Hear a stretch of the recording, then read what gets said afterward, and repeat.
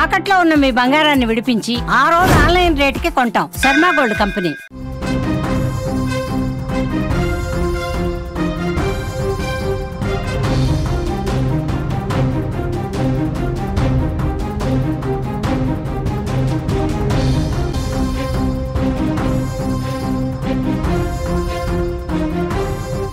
తెలంగాణలో ప్రతి పల్లెటూరికి ఒక వైన్ షాప్, మద్యం అమ్మకాలు పెంచేందుకు రంగం సిద్ధం చేస్తోంది ప్రభుత్వం. వరుస ఎన్నికలు ఉండడమే దీనికి కారణంగా కూడా తెలుస్తోంది. లైసెన్స్ గడువును పెంచే యోచనలో ప్రభుత్వం ఉన్నట్లుగా తెలుస్తోంది.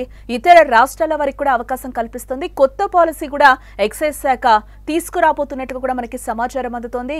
మొత్తానికి తెలంగాణ రాష్ట్ర ప్రభుత్వం మద్యం ప్రియులకు ఒక గుడ్ న్యూస్ చెప్పనుంది. ఇకపై ప్రతి పల్లెటూరికి కూడా ఒక వైన్ షాప్ తీసుకొచ్చేలా కాంగ్రెస్ సర్కార్ కీలక నిర్ణయం తీసుకుంటున్నట్లుగా తెలుస్తోంది. రానున్న రోజుల్లో మద్యం అమ్మకాలు భారీగా పెంచేందుకు రేవంత్ రెడ్డి ప్రభుత్వం సిద్ధమైనట్లుగా సమాచారం. రాష్ట్రంలో వరుసగా ఎన్నికలు ఉండడంతో ముందుగానే కొత్త వైన్స్ నోటిఫికేషన్లు జారీ చేయాలని కూడా ఎక్సైజ్ శాఖకు ఇప్పటికే ఆదేశాలు వెళ్లాయట. ఇది ప్రభుత్వానికి ఆదాయాన్ని పెంచే ఒక బిగ్ ప్లాన్ అని కూడా ప్రభుత్వం ఆలోచిస్తోంది. ప్రస్తుతం వైన్ షాపులు జిల్లాలోని మేజర్ పంచాయతీలు అలాగే పట్టణాలకే పరిమితమయ్యాయి. బట్ ఇప్పుడు కొత్త విధానం ప్రకారం వీటిని ప్రతి గ్రామానికి విస్తరించాలని కూడా ప్రభుత్వం యోచిస్తోంది. అంటే త్వరలో ప్రతి పల్లెటూరులో కూడా ఒక వైన్ షాప్ అందుబాటులోకి రానుంది.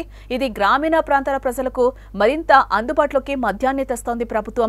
ఎక్సైజ్ శాఖకు ప్రభుత్వం కొన్ని కీలక ఆదేశాలను కూడా జారీ చేసినట్లుగా తెలుస్తోంది. తెలంగాణలో వరుసగా ఎన్నికలు ఉన్నందున ముందుగానే నోటిఫికేషన్లు కూడా ఇవ్వాలని చెప్పింది. అంతేకాదు ఇతర రాష్ట్రాల వారికి కూడా వైన్స్ లైసెన్సులు పొందే అవకాశం కల్పించేలా కొత్త పాలసీని రూపొందించాలని కూడా ఆదేశించిందట.